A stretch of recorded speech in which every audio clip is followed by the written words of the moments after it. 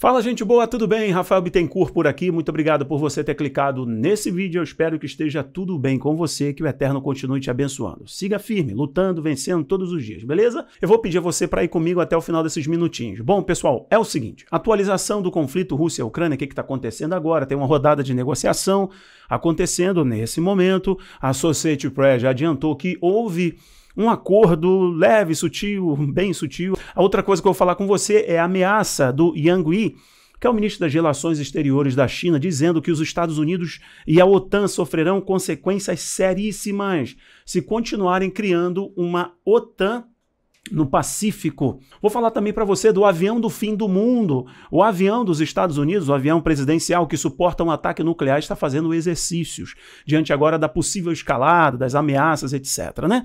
Acho que o Putin errou um pouco a mão em falando que está colocando a Força Especial Nuclear em ação, né? Isso pode queimar um cartucho, mas a intenção dos globalistas é manter o mundo num estado permanente de medo, né? Ok. Então, vou comentar com você também dos topos, né, as máximas históricas do preço do barril do petróleo. Tem agora os políticos dos Estados Unidos votaram para a interrupção total, né, da compra de petróleos e seus derivados da Rússia. A outra coisa também, um bombardeio russo destruiu o laboratório atômico lá na Ucrânia, então tem muita coisa acontecendo. Eu falo de preço de alimento. Vamos embora, gente. Esse vídeo é bem interessante. Vou pedir a você para ficar comigo até o final, beleza? Ó, antes da gente prosseguir, eu vou pedir a você agora, gentilmente, para deixar o seu joinha, se inscrever e tocar o sininho para todas as notificações. E nisso você me ajuda agora a posicionar esse vídeo e esse canal. Vou tentar me conter aos 8 minutinhos, por isso rapidinho eu dou essa pausa para você se inscrever, deixar o seu joinha e tocar o sininho para todas as notificações e me ajudar agora. Vai lá. Meu muito obrigado, eu te agradeço. Bom, vamos seguir. Olha aqui, a primeira matéria que eu coloco para você na tela agora, tá aí. Rússia estabelece cessar-fogo para evacuações, mas batalhas continuam. Então tem duas coisas aqui, olha.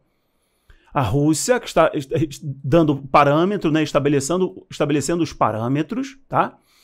Para um cessar-fogo, porém as batalhas continuam. Que cessar-fogo é esse, Rafael? Que batalhas são essas? Não, interessante você perceber é que esse cessar-fogo, especificamente, ele está tratando do cessar-fogo aéreo, quer dizer, bombardeios aéreos, utilizando aí os aviões, né? Artilharia aérea, né? Para com os ataques ali na Ucrânia. Então, houve uma diminuição visando esse escoamento de pessoas, de civis, né? Etc. Nós estamos falando aí, gente, de quase 2 milhões de pessoas.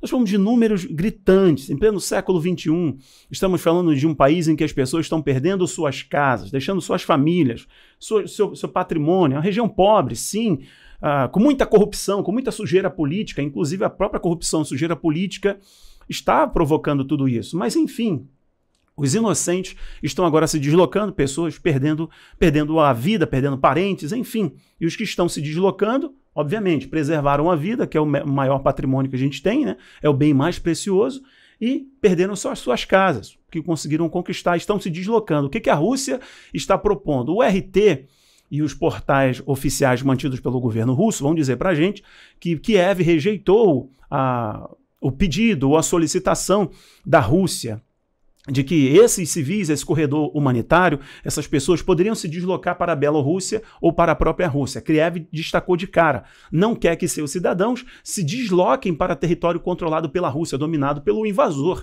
É meio que óbvio que isso iria acontecer. Tá? Então, só para você entender que este cessar-fogo que está falando aqui, a Associated Press está falando, na verdade é só para evacuação. Isso estava acontecendo desde domingo, ontem, né? Domingo gravei vídeo para vocês explicando isso. Eu citei ali a questão de Israel, assista o vídeo de ontem, é interessante para você entender. E no meu canal do Telegram eu expliquei para o pessoal lá a jogada envolvendo Israel e o Irã. E por que Israel, o Bennett, né, ele está entrando, o primeiro-ministro de Israel está entrando nessa negociação, nessa jogada diplomática arriscada, já que os medalhões aí, o Emmanuel Macron, até o PM novo da Alemanha, o Scholz, né, o próprio presidente dos Estados Unidos, na verdade, o Boris Johnson, não conseguiram pressão suficiente, o poder de diálogo com o Vladimir Putin, e entrou o Bennett, né, já que tem uma certa comunicação. Bennett sentiu na necessidade por causa do programa nuclear iraniano, ok? Então os Estados Unidos na necessidade de petróleo, falando em necessidade de petróleo, eu vou até esticar o papo e colocar essa outra matéria aqui para vocês, ó. Por causa da necessidade de petróleo, os Estados Unidos se aproximam da Venezuela e também do Irã. Então, o que Israel está vendo ali? Os acordos para limitar o acesso à produção de armas nucleares no Irã, esses acordos agora caírem, as sanções caírem, por causa da necessidade dos Estados Unidos de adquirir petróleo. Os Estados Unidos compram muito petróleo. A Rússia é um dos grandes fornecedores de petróleo para os Estados Unidos. E por isso que os Estados Unidos, eu expliquei no Telegram, estão agora negociando com quem, gente? Venezuela, aqui no Brasil. Então veja como isso é perigoso e nutre essas ditaduras de rios e rios e rios de dinheiro. Eu estou falando só para o Irã, gente. Teherã pode ter aí caminhões e caminhões de doleta.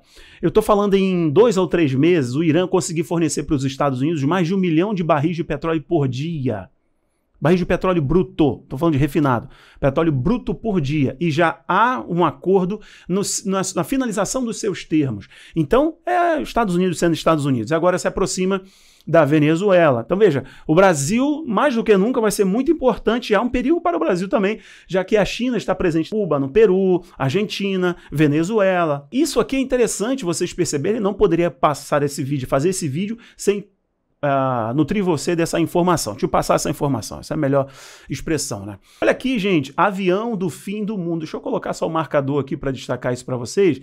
É interessante, avião do fim do mundo. Que avião é esse? Esse avião do fim do mundo, tá aqui, ó.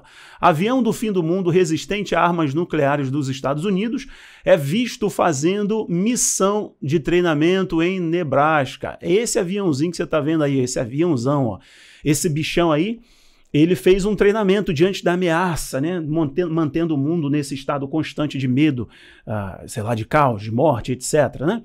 Trabalha muito bem com o psicológico, fragilizando as pessoas emocionalmente, mas há um risco no mundo à medida que esses ditadores ganham autoridade mediante a fraqueza do poder hegemônico, né, ocidental, no caso aí os Estados Unidos, né? Eu avisei para vocês aqui no YouTube, Facebook e também lá no Telegram que o Putin disse que as sanções econômicas, os bloqueios, à medida que os bancos estão sendo isolados financeiramente, as empresas estão saindo ou suspendendo as suas operações na Rússia e da Rússia, empresas suspendendo operações na Rússia, né, e saindo da Rússia, o Putin disse, isso soa como uma declaração de guerra e vai ter consequência.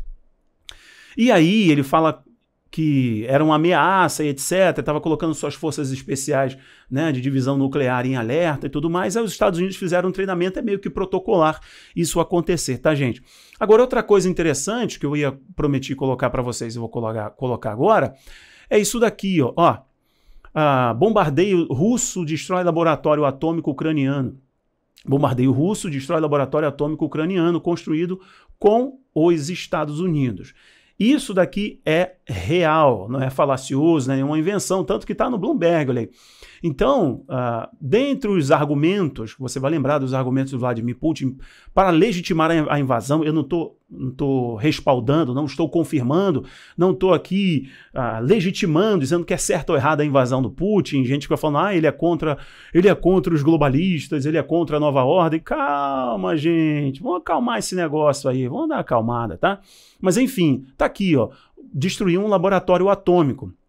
E a foto está bem aqui embaixo, eu vou mostrar para vocês que laboratório é esse. É um laboratório de produção de nuclear, a centrífuga, manipulação de elementos radioativos, etc. Não necessariamente é um laboratório de armas, sabe, gente, biológica, nada disso. Um laboratório nuclear, como existe em vários lugares do mundo. Eu fiz um vídeo para o pessoal do Geopolítica Premium explicando para eles que depois do 11 de setembro, das Torres Gêmeas, os laboratórios que produzem esse tipo de armamentos cresceram demais no mundo inteiro. Nesse caso aqui, está falando de laboratório atômico, que manipula elemento radioativo, tá? Que pode ser utilizado realmente por uma bomba atômica ou pode ser utilizado para fator energético, questão energética, tá? Mas é fato que os Estados Unidos tinham esses laboratórios ali, apoiavam essa iniciativa. Dada toda a corrupção, né, da Ucrânia, assim como toda a corrupção da Rússia também, né, assim como toda a corrupção no Brasil, que é gigantesca a corrupção no Brasil, mas a Ucrânia é muito corrupta, as pessoas também estão falando sobre a questão dos outros laboratórios, mas nesse caso aqui, destruir um laboratório que manipula materiais radioativos, tá bom, pessoal? Então essa informação é necessária para vocês. Bom, olha aqui que interessante, eu deixei aqui essa informação e a última é lá dos inimigos do Putin. Putin fez uma listagem, uma blacklist, né? Os inimigos ocidentais. O Brasil está fora dela. Olha aqui, interessante, né? Deixa eu colocar nosso marcador aí que fica interativo para a gente. O que está dizendo? Olha aí. Esse é o ministro das Relações Exteriores, essa foto aí, né? O que ele está dizendo? Pequim acusa Washington de criar OTAN no Pacífico, ou OTAN do Pacífico para proteger Taiwan. Esse discurso já está se tornando comum porque legitimou a ação da Rússia na Ucrânia. E, obviamente, eu também falei para vocês, né, que isso iria acontecer. Olha aqui, as ações perversas vão contra as aspirações comum da região por paz, desenvolvimento, cooperação e resultados em que todos ganham, a questão Wang. Eles estão fadados ao fracasso. Bom, olha isso aqui agora. Wang acrescentou que Taiwan inevitavelmente retornará ao abraço da pátria. Ele está falando, não é se a China vai invadir Taiwan, mas a questão é quando. Ele está falando, tá aqui, gente. Isso aí, né? Eu não estou inventando nada, tá, pessoal? Tá aqui, ó, bem destacado para vocês, ó. Deixa eu até rachurar, vou rachurar e deixar para vocês acompanharem e vocês vão conferir. Olha aí, Wang acrescentou que Taiwan inevitavelmente retornará ao abraço da pátria e que qualquer interferência ou intromissão dos Estados Unidos provocaria consequências lamentáveis, e também acusou os americanos de confundir a situação na Ucrânia e a situação em Taiwan, alegando que é um duplo padrão. Interessante, né? Na verdade, perigoso demais. Colocando na tela agora para você, para não exceder o nosso bate-papo aqui, não exceder os minutinhos. Moscou explica como fará negócios com empresas de estados hostis. Ele o Putin então criou aí uma blacklist, uma lista negra. O que é? Quais são os governos envolvidos, os países envolvidos? E aqui a jogada também é comercial, porque obriga toda a grande empresa da Rússia acima de 1 milhão de rublos, ele deu a cifra 10 milhões de rublos, qualquer negociação, pagamento de dívida, transação que for feita tem que ser feita em rublo, porque isso ela gira a sua moeda, por causa das sanções, o rublo depreciou demais, a inflação está estourada na Rússia, claro, das medidas aí arrochadas de bloqueio. O governo faz duas coisas, primeiro ameaça, ele volta a ameaça para o Ocidente. Quais são os países que foram ameaçados, entraram nessa blacklist aí? Então é a contramão aqui de Moscou em relação às medidas, às sanções. Vamos lá. O governo também divulgou uma lista na segunda-feira atualizada de que os países foram considerados estados hostis. Que países são esses? Primeiro, Estados Unidos e o Canadá, países do bloco europeu. Mais onde? Japão, Coreia do Sul, Austrália, Micronésia, Nova Zelândia, Singapura e Taiwan. Obviamente que Taiwan estaria envolvido nisso daí. Então criou essa lista para dizer, esses são os inimigos, são estados hostis que representam uma ameaça à segurança, estabilidade econômica e financeira da Rússia.